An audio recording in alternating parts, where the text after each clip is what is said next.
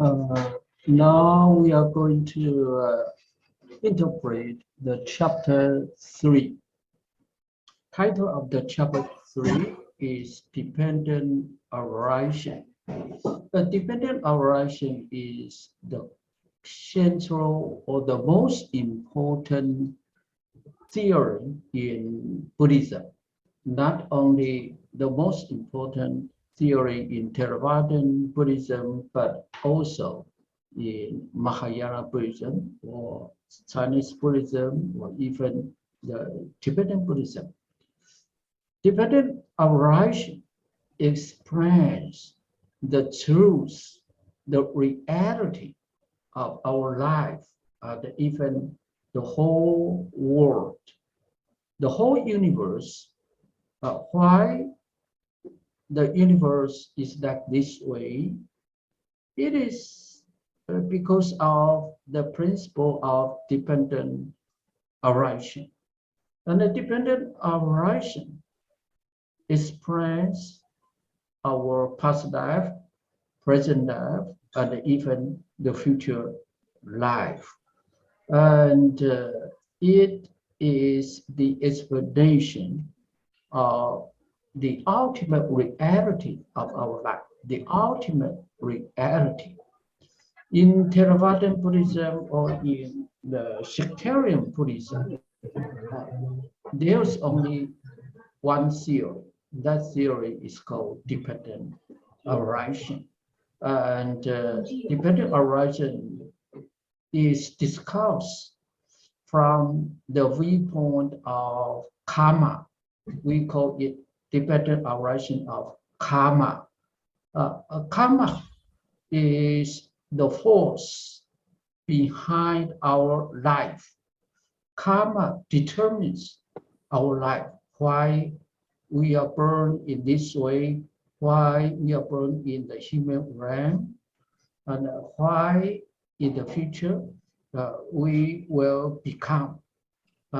Those are dependent arising, and the force or the power behind the dependent arising is our karma, our mental karma, or behavior karma, and the verbal karma. This is the main theory in the sectarian or the Theravadan Buddhism. When the Buddhism was developed to the Mahayana Buddhism, the fourth branch of the Mahayana Buddhism is the Prajnaparamita Buddhism. It tries to explain from the nature of shunyata or shunya in Pali, shunya of the self-nature. Shunya or emptiness is always interpreted into English as emptiness. It is the emptiness of self-nature, not the emptiness of the phenomena. The phenomena are dependent origination. Because of dependent origination, the self-nature is unavailable. We cannot find any self-nature in every phenomena, including our thought and even our body and the external circumstance. The shunyata or sunya in Pali, this idea is developed from the theory of dependent arising. Then we come to the second stage of the Mahayana Buddhism, that is the Yogacara, the Yogacara school. Yogacara school is also called the Vijnapti Matsvata school in Chinese Buddhism, but in Indian Buddhism, it is called Yogacara. Yogacara, Vijnapti Matsvata principle or theory discusses the dependent arising from the perspective of our psychology, how we perceive the external world, how we feel, how we sense, how we think. It is called the paticca samuppada, of our Adaya consciousness. Adaya consciousness consists of numerous bija. Bija means the seeds. Numerous bijas accumulated from ancient time until this moment. We have accumulated countless bijas, which make up our Adaya consciousness. So the Yogacara Vijnapti school discusses the dependent arising from the perspective of our inner mind, or store consciousness, which plays the role of the past life and the present life and the future life. In Yogacara, Vijnapti Machada school, there are three kinds of the nature of our consciousness. We call it the three natures of the consciousness.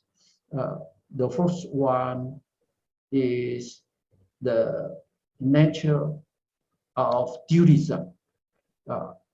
It is dependent originated because of our ignorance, because of our clinging to the concept or the idea of a self, atta. Therefore, we have the so-called dualistic idea, dualistic concept. That is the reason why we suffer a lot. And the second nature is the dependent arising. It means our sensation, our perception, our samkara, our consciousness are dependent originated from the bijas in our other consciousness. Therefore, nothing is real because our perception, our sensation, our samkara, our mental formation are all dependently originated from the bijas in our other consciousness.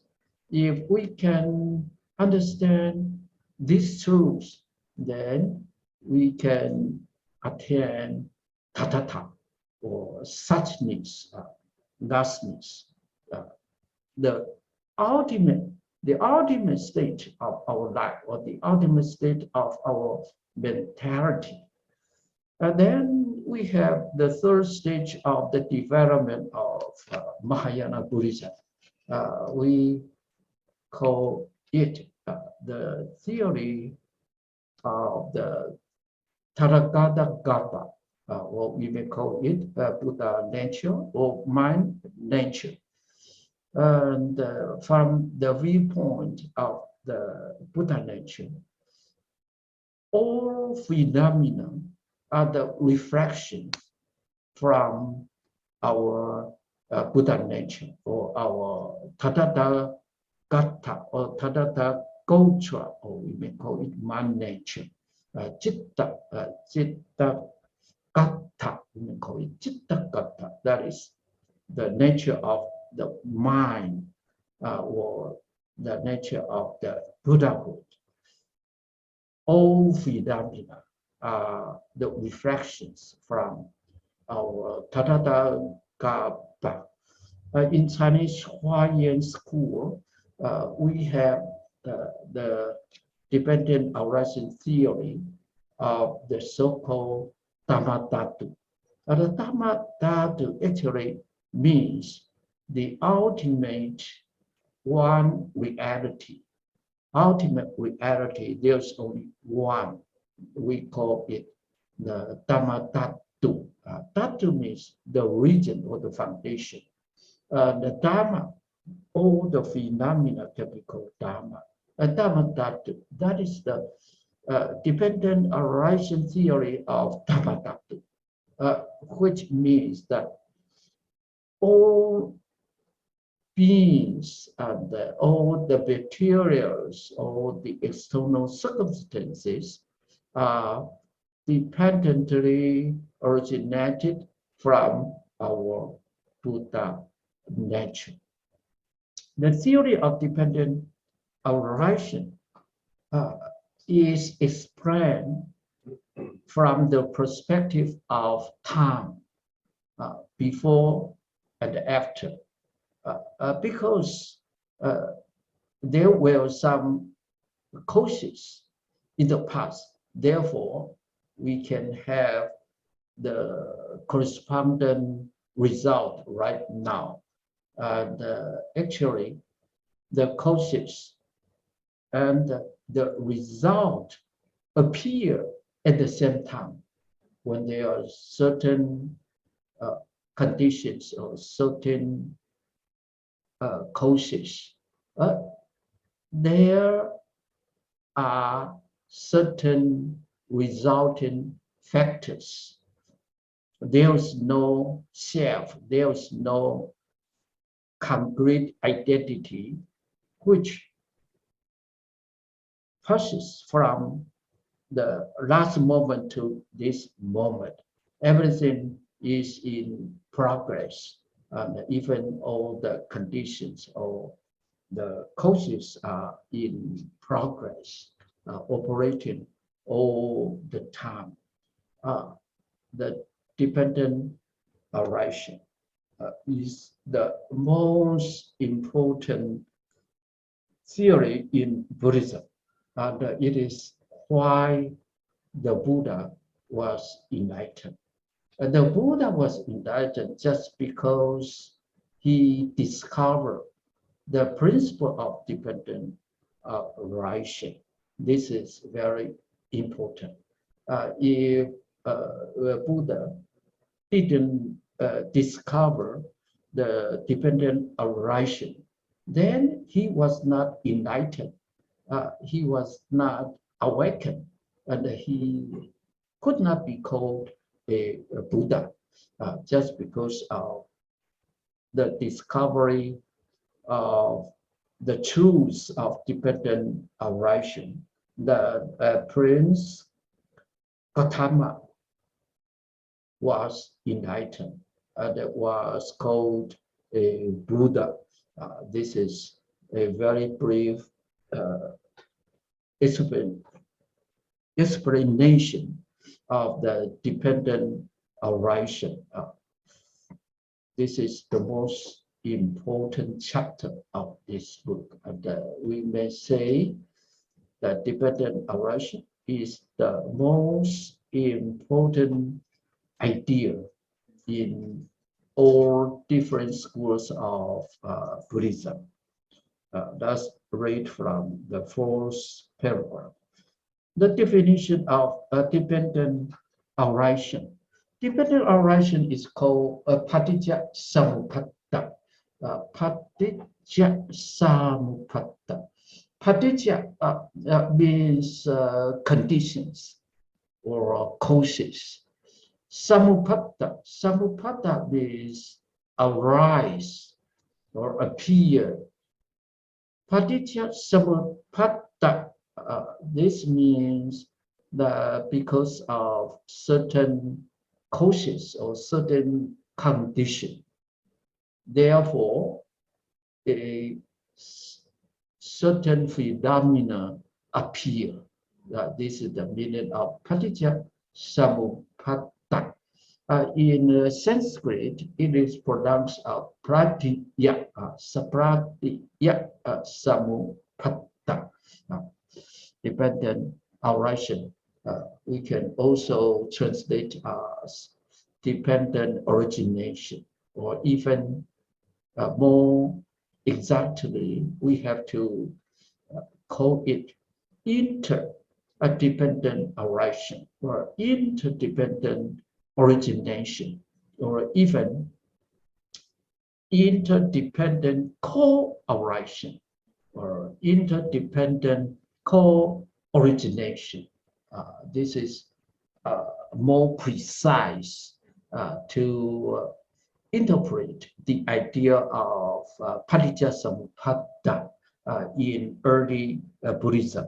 The more precise or the more correct definition is interdependent co-oration, or interdependent co-origination. We interpret it as interdependent because the cause and the effect are interdependent. Cause depends on the effect, and the effect also depends on the cause. And here we have to use the plural form of cause. So we have to say causes or conditions. And also the effect should be used in plural form, not in singular form. So we have to say effects, causes, and effects. That is more precise to understand the theory of the dependent oration. So we call it interdependent. And the co-oration. The co-oration means that the effect is not only one, but the effects are various. For example, if there are 5 conditions, then the effect should be 5. But we cannot say the 5 conditions conduce to one effect, not in this way. 5 conditions are in progress, are changing all the time. Therefore, there will be 5 effects. We cannot say that certain or numerous conditions can make up one effect. That is wrong. That is the wrong understanding of the dependent oration. Therefore, we have to use a co-oration or co-origination. A co that means together. How many conditions there are, how effects will be in the future, or more precisely, we have to say at the same time. Because the causes of the conditions are changing all the time. And therefore, we have the consequent effects. How many conditions are there? We have how many effects. That is more precise understanding of the Paticcasamuppada. Therefore, the more correct way to translate the Paticcasamuppada is interdependent co-oration, or interdependent co-origination. A co-oration, it is ongoing. The process are ongoing. It is not stable. It is not static. There is no end. And of course, there's no beginning. No beginning and no end. All elements or all conditions or all phenomena are changing all the time. It is in the process of changing. It is in the process of changing. So we use the present participle arising. This is very precise to interpret samuppada. Samuppada means arising. Arising means not arise, but arising. Arising means the process of arising is ongoing. It is always arising. It is always changing. There is no identity. There is no agent. There are only the ever-changing conditions, therefore actually there is no effect at all, because the conditions or causes are ever-changing. There should be no effect at all, because the conditions are changing. However, from the conventional truths, or from the relative perspective, we can say there is cause and there is effect. However, from the ultimate truth, there is no causes.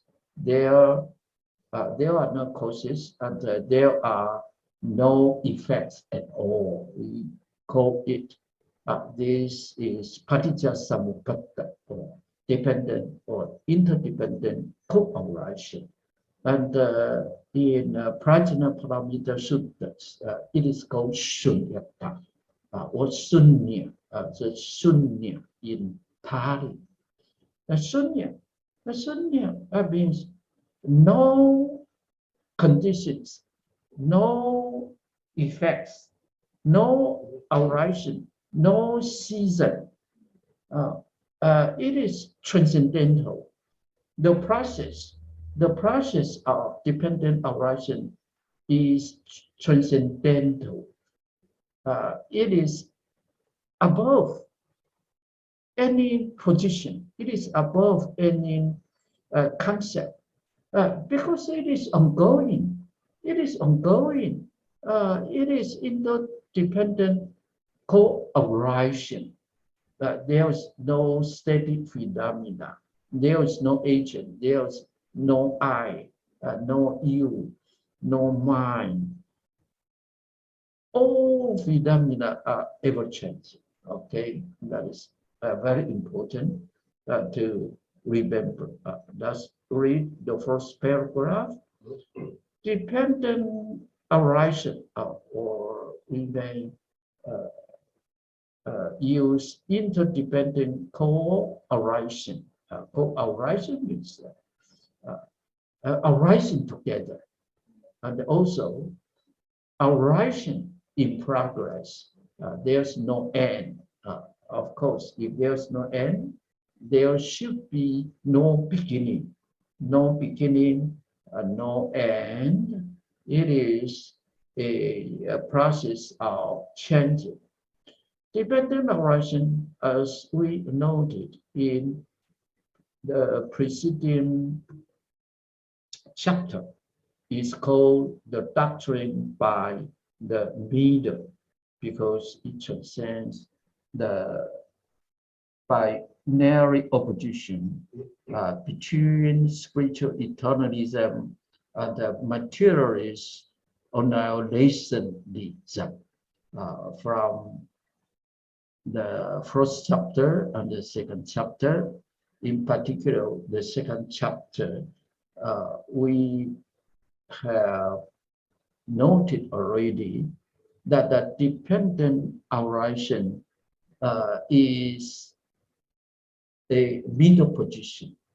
We call it a middle position, or majjhima, majjhima vata, majjhima means the most. Majjhi means the middle. So Majjhima in Pali or in Sanskrit, Madhyama, Madhyama or Majjhima means the most center. It is the exact center, the very center of something. It is transcendental of any positions, or it is aloof from any position. We call it dependent arising as the middle position, or Majjhima Ditti, Majjhima Ditti, or Madhyama view, or the middle view, since it transcends the binary opposition between spiritual eternalism, the materialist annihilationism. Binary means opposite, which contrasts each other. Binary opposition between spiritual eternalism. Spiritual eternalism is based on the concept of a soul or an everlasting identity. Materialist annihilationism is based on the concept of our material in our human body. It means our body will die sometime in the future. These two views are against each other. Therefore, they are called binary opposition. The abstract structural form of this doctrine, as defined by the Buddha, is as follows. Abstract structural form of this doctrine, it means the metaphysical idea, which is not explained from the viewpoint of matter. If matter, then we can see, we can hear, or we can sense, we can touch. However, the abstract structural form means a construction. The construction of this doctrine, it is a metaphysical one. So it concerns the philosophy or our idea.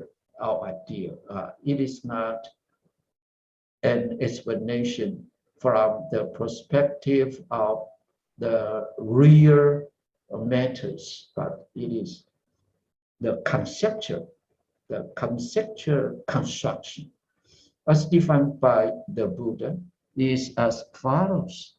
This being present that comes to be, of this arising that arises, this being essence that does not come to be, on this season that ceases. Here we have two sentences, and these two sentences explain the truth of dependent arising. However, we have to bear in mind that here we use the term this and that in singular form. Actually, if we use this and that, it refers only to the 12 links of causation. For example, because of ignorance, there is samkhara.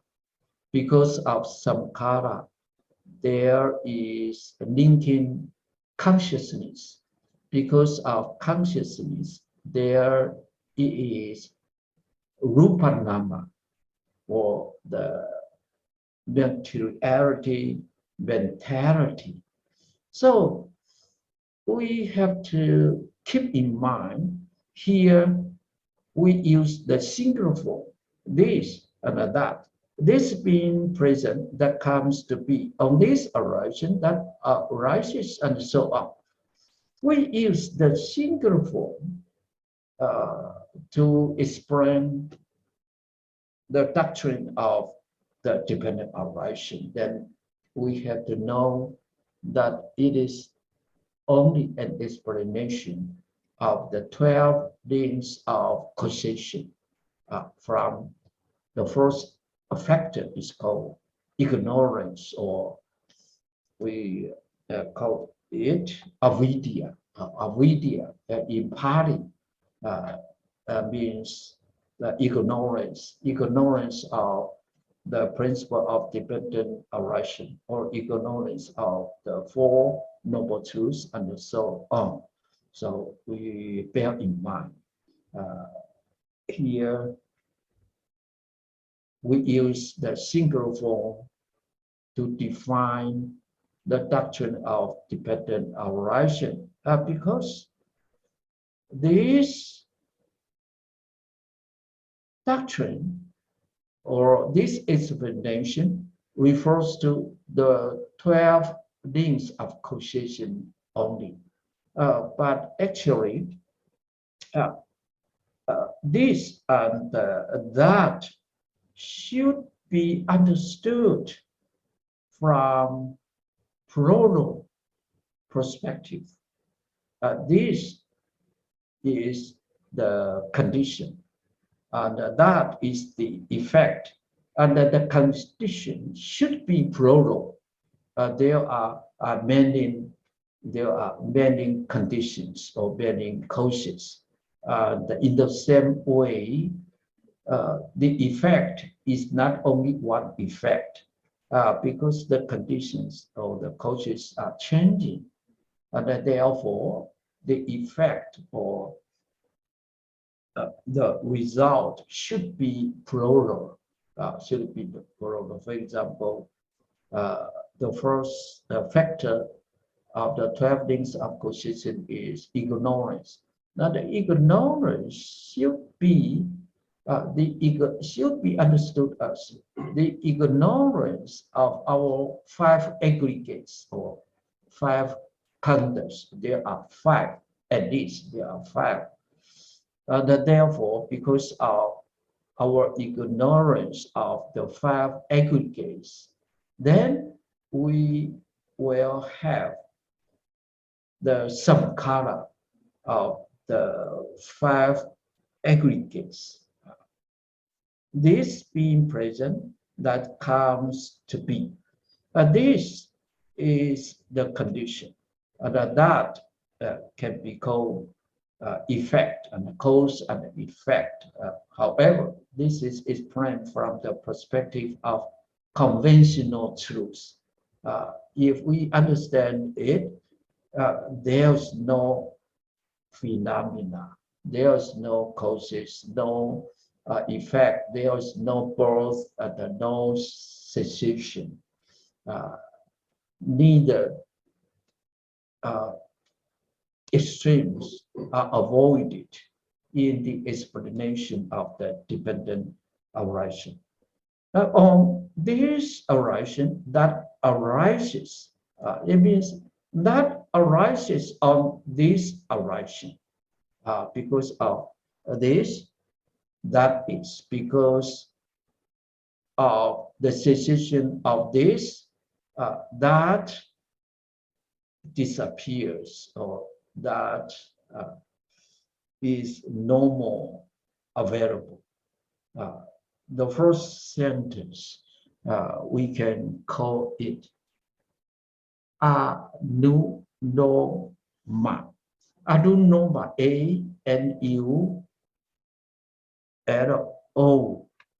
A-N-U-L-O. Anuloma. Anuloma. Anuloma. Patijja samupatta. Patijja samupatta means a dependent arising. And what does anuloma? Anuloma. Anu means follow or forward order, following the old Loma, Loma, no ma means following the old. This is the forward conditionality.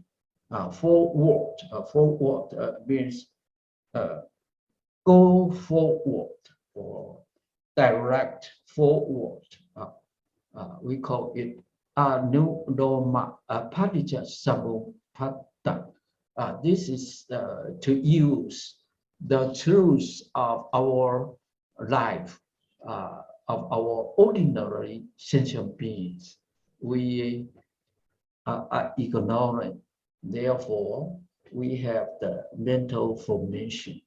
And then we will have the consciousness in terms of the past life and this life.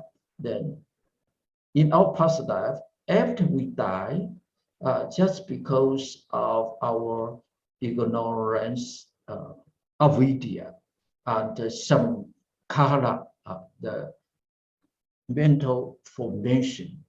Therefore, after we die in our past life, because of these two factors, we will reborn again. This is the this is the third factor. That is the linking. We call it the linking consciousness, linking consciousness, or the Vijnana. This is called this being present that comes to be on this arising that arises. When there is ignorance, then there will be mental formation or volitional volition. On this arising that arises, when the ignorance is arising, then the volitional formation arises. This is Anuloma Padija Samupada. Then we come to the next sentence. This being absent, that does not come to be on this season that ceases. We also have this and that. This being absent, when there is no ignorance, there will be no samkhara or volitional formation. That does not come to be. When ignorance or avidya is absent, then there will be no volitional formation, what we call it samkhara. There will be no samkhara. On this season that ceases, the samkhara or volitional formation ceases on the cessation of avidya or ignorance. The second sentence is called Patiloma, Patiloma, Patiloma, Padija Samupada. Patiloma Samupada means reverse conditionality. Conditionality is the causes, condition, the effect, conditionality, reverse conditionality. Therefore, from these two sentences, we have two phenomena of the dependent arising. The first sentence is called anuloma patija samuppada. That is the four-word condition narrative. And the second sentence is called patidoma. A patidoma means reverse condition narrative. These two sentences are very famous and very important, not only in Theravada Buddhism or in Chinese Buddhism or Tibetan Buddhism or even in Mahayana Buddhism. These two sentences are very important. And we understand that the two most important disciples of the Buddha, that is Sariputta or Sariputra and Moggallana. These two disciples follow the heterodoxy master Sanja, and they follow him to practice. They were not satisfied because they could not attain enlightenment. And these two good friends, they are very close. They were very close to each other. After these two people listened to a talking of a Buddha's disciple, talk about the principle of dependent arising. Sariputta and Moggallana left their former teacher and came to follow the Buddha, and they became the student of the Buddha, and finally they attained Arahant, and they are the most important disciples of the Buddha. We have to understand that they became Arahant, they became the disciples of the Buddha just because of these two sentences. Anuloma patija samuppada, and also the patiloma patija samuppada. This definition shows that whatever arises is arising in dependence on conditions. Whatever ceases is season because of the cessation of those conditions which made it arise. It gives us a clear idea of the nature of the relation that subsists between the cause and the effect. If we call the cause and the effect A and B respectively, then it is not correct to say that B comes from A or that B is an evolved stage of A. If it were so, then the language should have changed from this being present that comes to be to from this that comes to be. Okay, this definition of the dependent arising shows that whatever arises, actually, that here the expression is not so correct, because whatever arises is a singular form.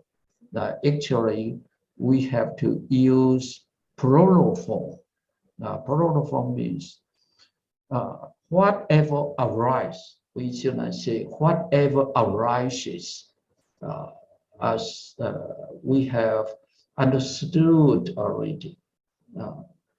How many conditions there are, then how many effects will be. Therefore, it is not so precise to say whatever arises. And we should change whatever arises are arising independence of condition. Here, the author uses the words conditions in plural form. Conditions in plural form.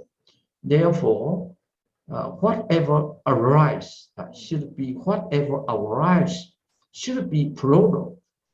We should not use arises. Arises is singular form. The better way is to say this definition shows that whatever arises are arising in dependence on condition. This is more precise, okay?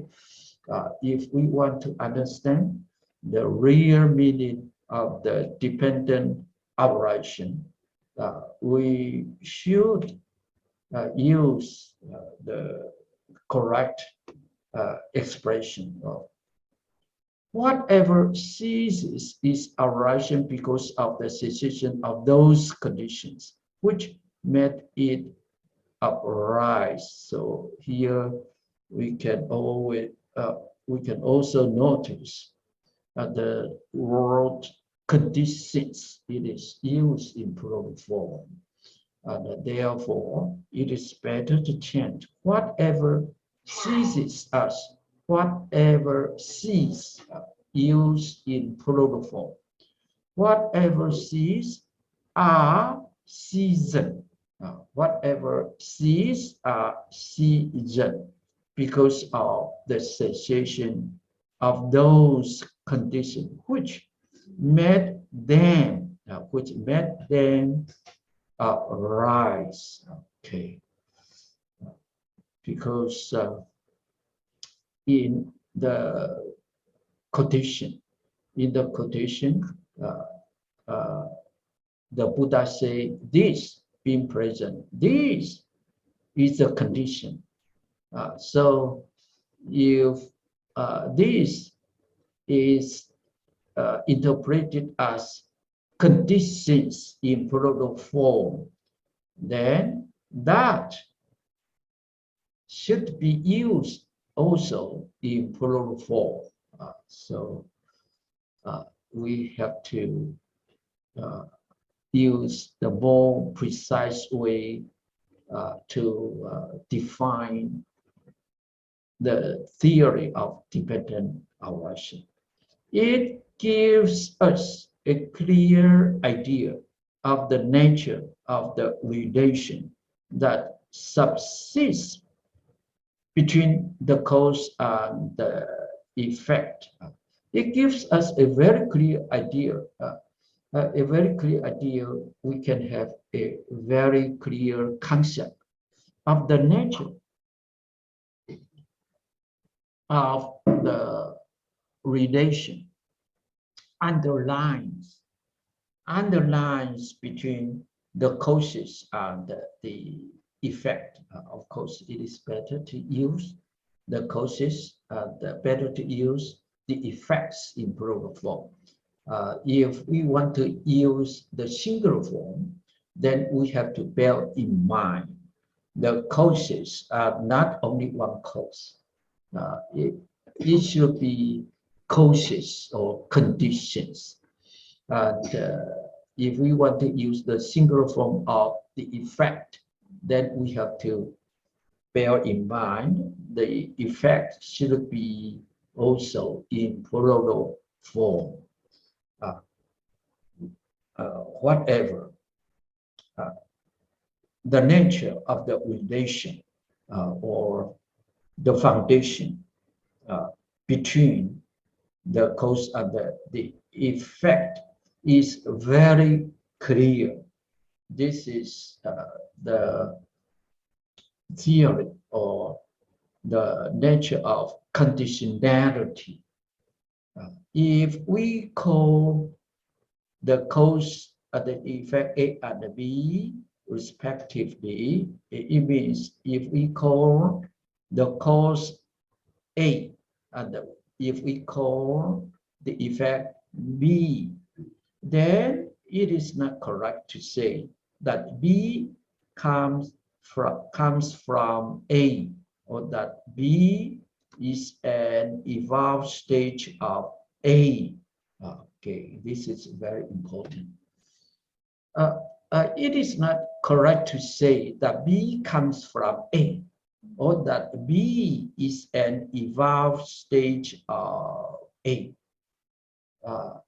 Even we Buddhists always misunderstand the Buddha's teaching on dependent aversion. We always believe that there is an effect which comes from the cause, or the effect is an evolved stage of the cause. It is wrong. And also, we have to be very careful that the cause should be plural, should be causes or conditions, that in the same way, the effects should be plural. The effects, we cannot use the singular form. The Buddha told us there is no I, there is no agent, there is no identity in everything, even in our mind or in our consciousness. There is no concrete or unchanged consciousness. Even our consciousness is changing all the time. The effect doesn't come from the cause. No. There's no identity or no agent comes from the cause to the effect. If it were so, then the language should have changed from this being present that comes to be to from this that comes to be. Okay, this is very clear. There's no I which comes from A. Excuse me, no B. There's no B. There's no B which comes from A. Suppose if we think that the effect comes from the cause, then the Buddha wouldn't say in this way, this being present that comes to be. The Buddha would have to say from this that comes to be. It is different. This being present, because of the presence of this, and Buddha didn't say from this that comes to be. If Buddha say in this way, that means that comes from this, or the effect comes from the cause. No, the Buddha didn't say that. The Buddha said this being present that comes to be on this arising that arises this being action that does not come to be on this season that ceases. The Buddha didn't use the word from. The Buddha didn't say from this that comes to be or from this that arises. The Buddha didn't say from the cessation of this that ceases. No, the Buddha didn't say in that way. The Buddha said this being present or this being absent. Therefore, that arises or that ceases. This is very important. And then we have to go to the footnote to understand the meaning of the so-called dependent arising. Here, the footnote or endnote, second, endnote 2 of the third chapter. This is a very important. S stands for Samyutta Nikaya. Samyutta Nikaya. Samyutta means yukti, or yukti means connectedness or connection.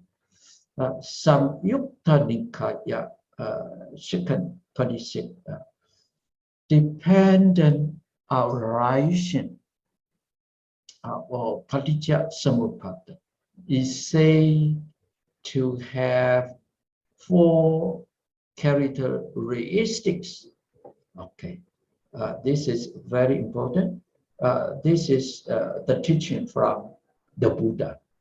The Buddha said that dependent arising has 4 characteristics. 4 characteristics means we can define it from 4 perspectives. That these 4 natures or these 4 qualities can define the meaning of dependent arising. The 4th characteristic is thusness. Thusness, or we may also use the term suchness. Thusness or suchness. In Pali is called tattata. Thusness or suchness should be understand from our insight, not from our capitalization. It should be observed by our peaceful and concentrated mind. Therefore, we can find the reality of our life or the reality of our 5 khandhas. And we cannot use any word or any language to explain this insight experience. This is an experience of insight, which can be only achieved by a practitioner who observe precepts and who practices samadhi and vipassana. It is under very strict conditions of our mind that we can calm down our mind, concentrate our wandering thoughts, and use this concentrated mind or peaceful mind to observe what is happening in our body and in our consciousness. And it is only our insight, experience, realization. It is not the outcome of our conscientization. It is not the result of our thinking, but it is the direct insight into the reality of our mind and the body. We call it Navarupa. Actually, they are the five aggregates of our body, our sensation, our perception, our volitional formation, and our consciousness. The direct insight into our life. This is the realization of a practitioner who observe precept first, and then practice samadhi to calm down his wandering thought, and use this peaceful mind, concentrated mind to observe the reality of our body and mind. This is the direct insight into the reality of our life. And then this cannot be explained, this cannot be conveyed by means of our speech or by any writing, by any word, because we have to practice the Siddha, Samadhi, and the Vipassana in order to have the direct insight into the reality. So we use the term tathata. The tathata means you have to experience by yourself, because I cannot explain to you. This insight experience cannot be conveyed by any verbal language. The first characteristic is thusness. The second characteristic is not non-thatness.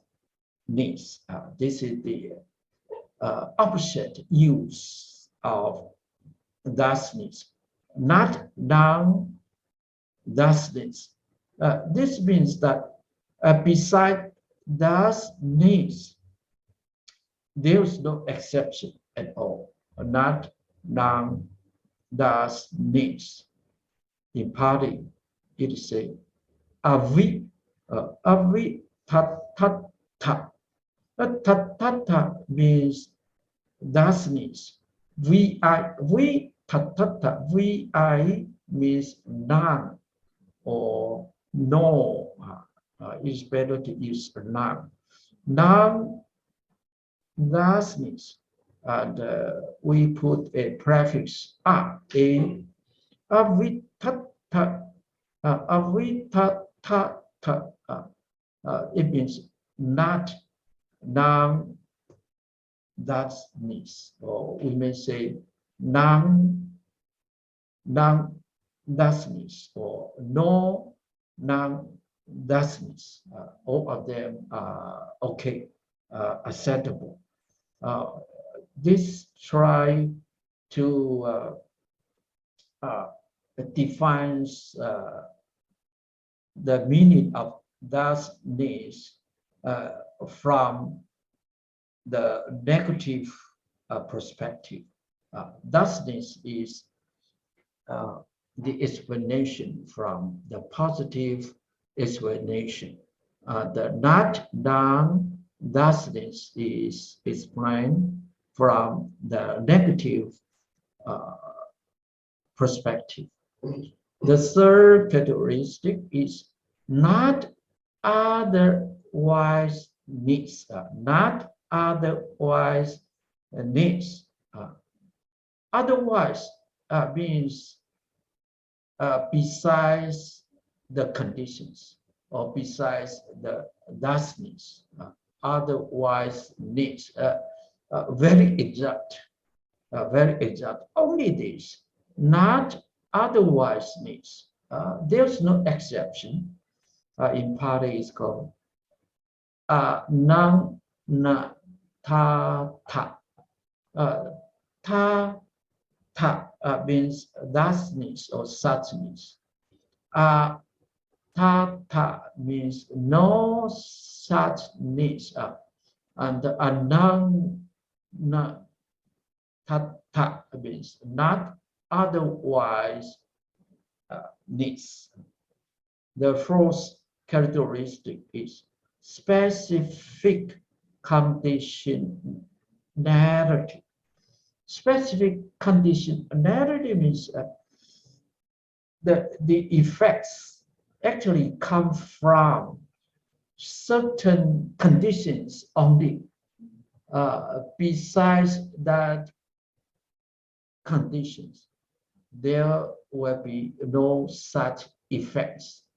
This is called specific. Specific means limited or unique. Unique conditionality, specific or very special.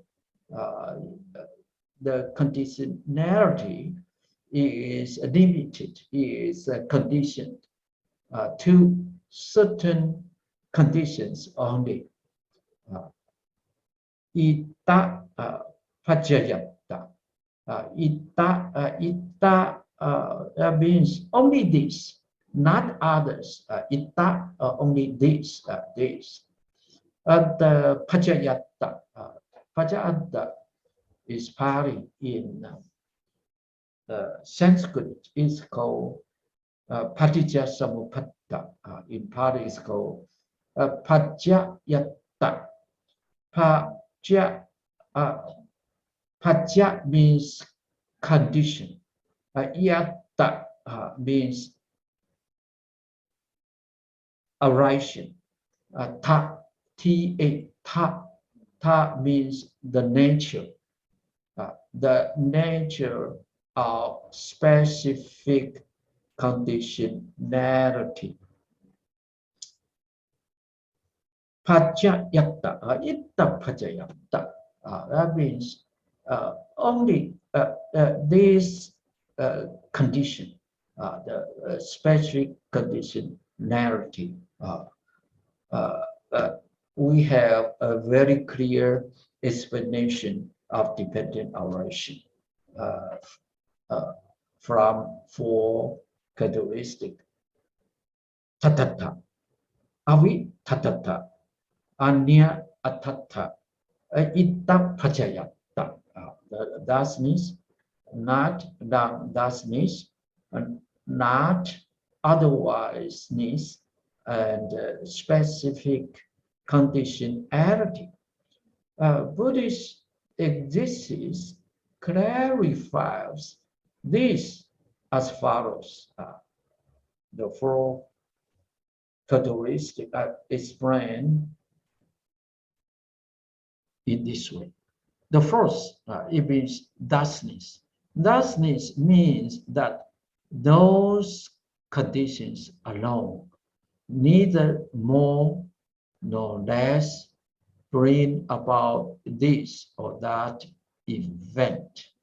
Okay, here we have the conditions in plural form. Although the Buddha said, this being present, that comes to be. So this is plural form of condition. Okay. Those conditions alone, only those conditions, neither more nor less, exact number of the conditions or causes. And of course, in Mahayana Buddhism, we have to understand that in Mahayana Buddhism, Paticcasamuppada is unlimited. It is boundless, or we call it endless, endless dependent arising. As in the Chinese Huayan school, we have the endless dependent operation.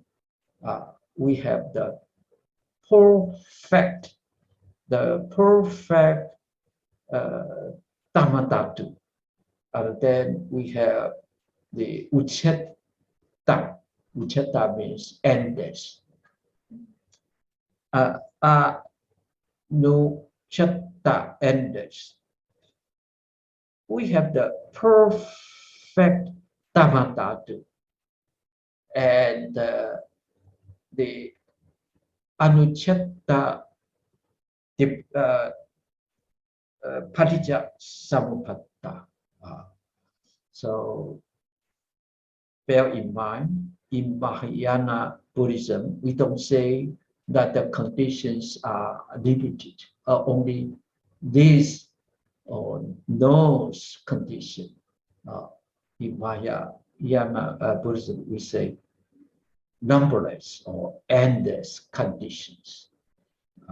It is called interbeing, the interpenetration.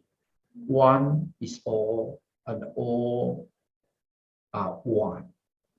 Actually, the whole universe or all the phenomena are one. As we say that we can see a Tathagata or a Buddha from a flower, and we can see a flower to see the Buddha and the numberless Buddha, and we can see the whole universe from a grain of sand, a very small sand. We can see the whole universe. This is the Mahayana viewpoint. We call it interbeing, the interpenetrating. This is quite different idea from the Theravada Buddhism or from the sectarian Buddhism.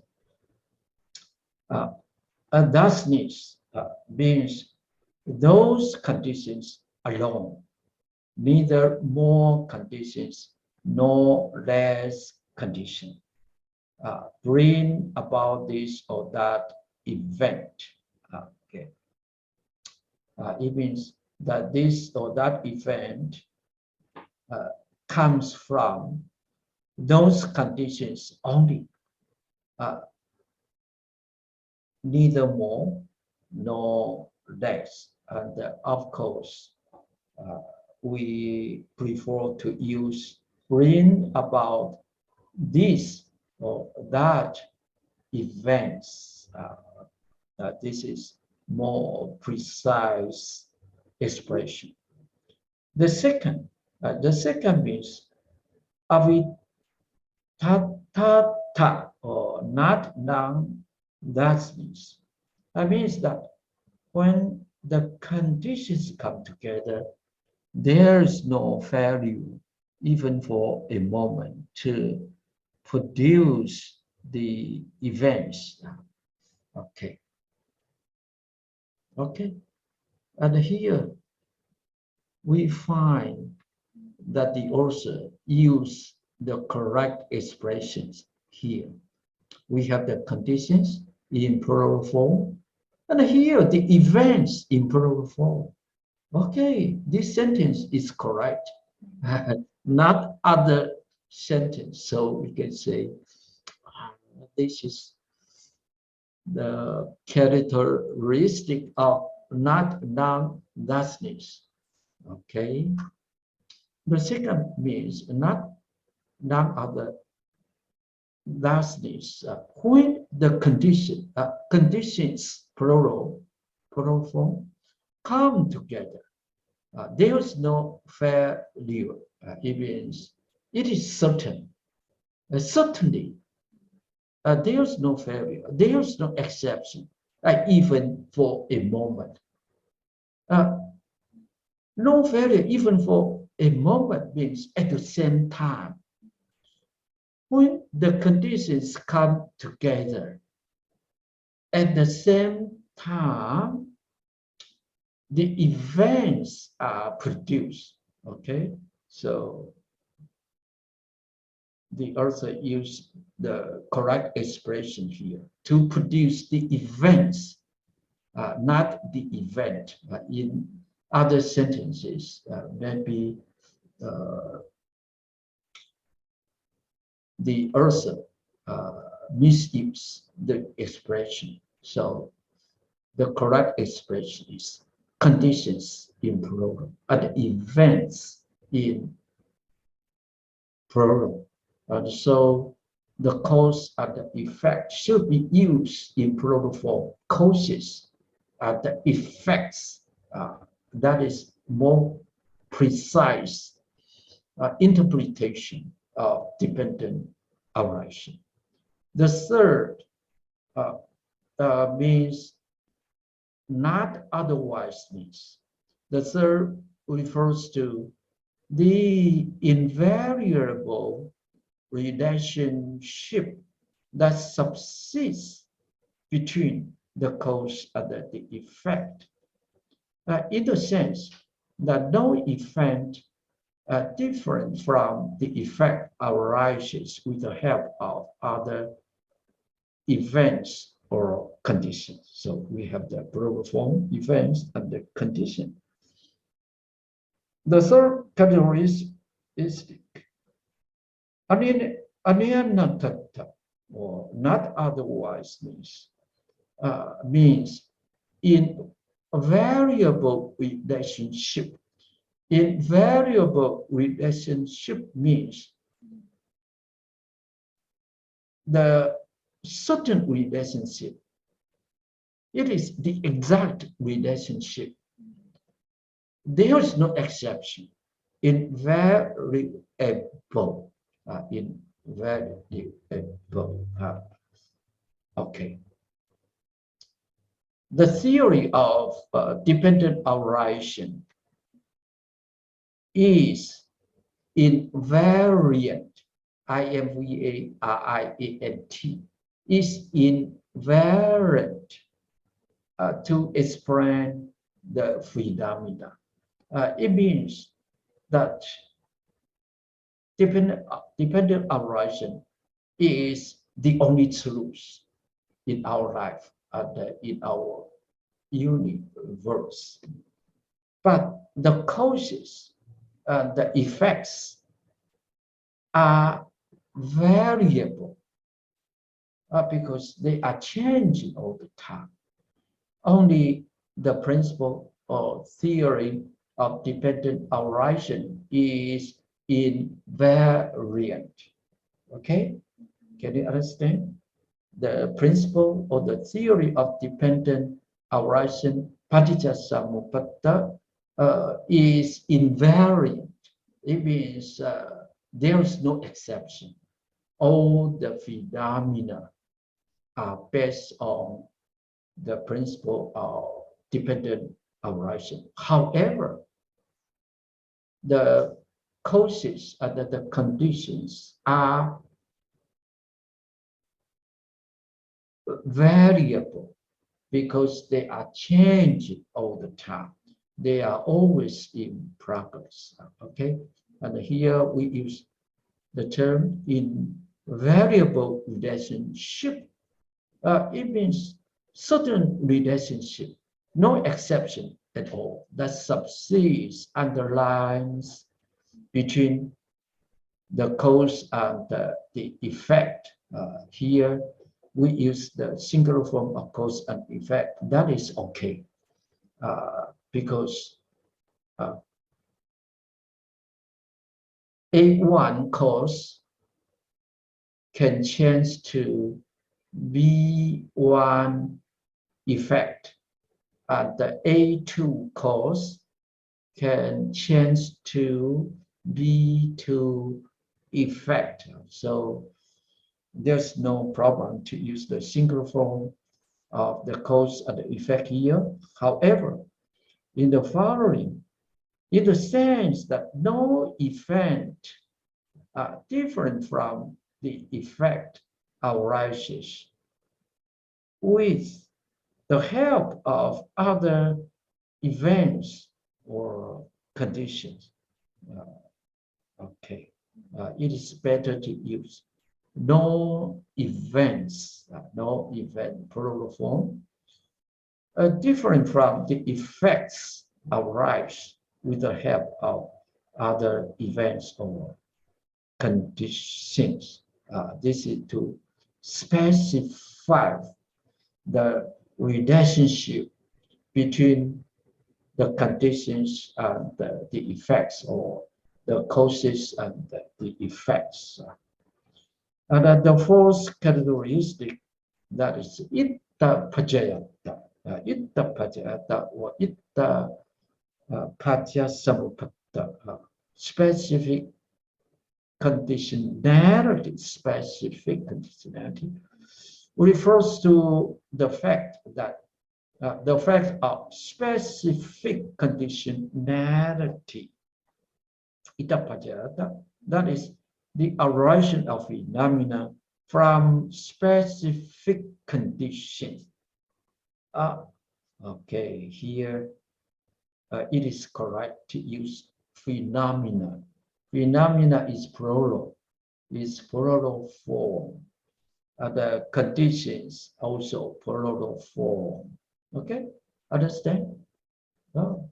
So in writing, we have to be very careful. As an editor, you are an editor, you should be very careful in using any words or phrases. Okay, so here it is correct. We have the correct expression. The first refers to the fact of specific conditionality. That is the arising of phenomena. So it is plural, not phenomena. If phenomena means one effect, but phenomena means more than one effect. How many conditions there are, how many effects there will be. This is the correct understanding of the principle of dependent arising. Okay, the arising of phenomena from specific conditions. As for example, the arising of decay and death with birth as is specific condition. Okay, here it is okay to use the singular form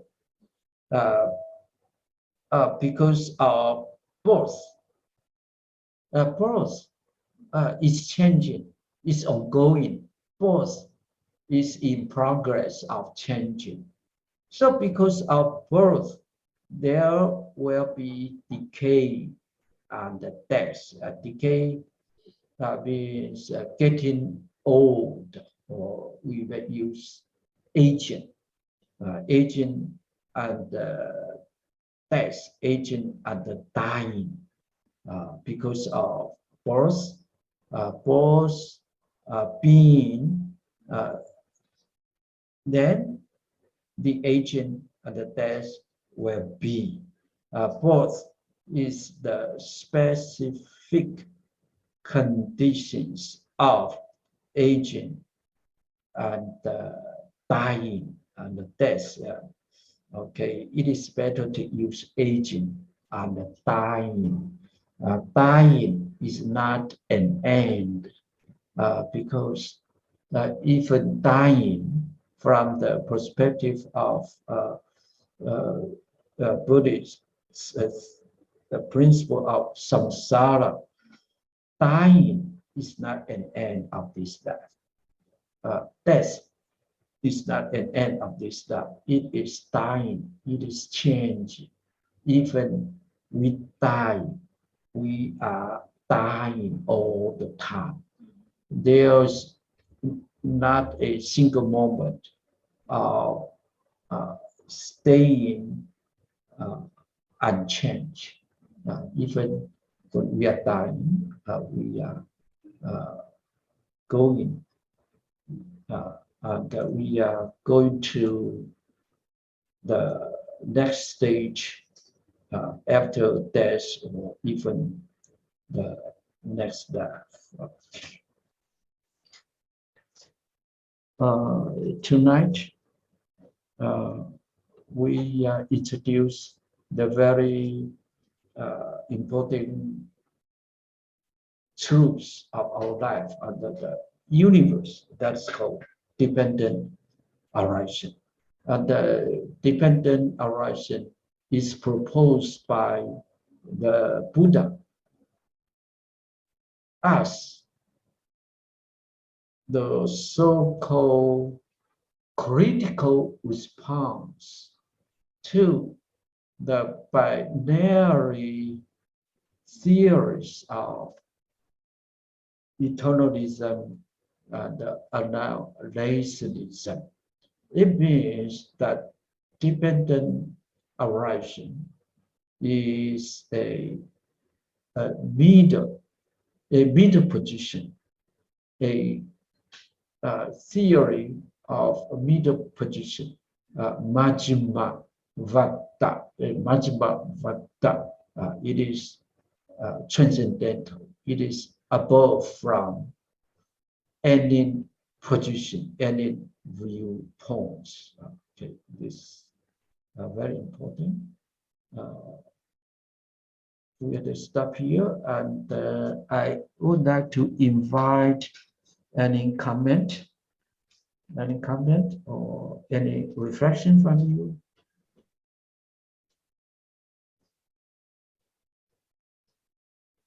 Any question from you?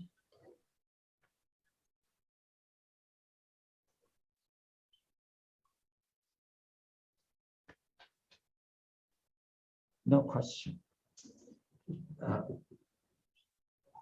Then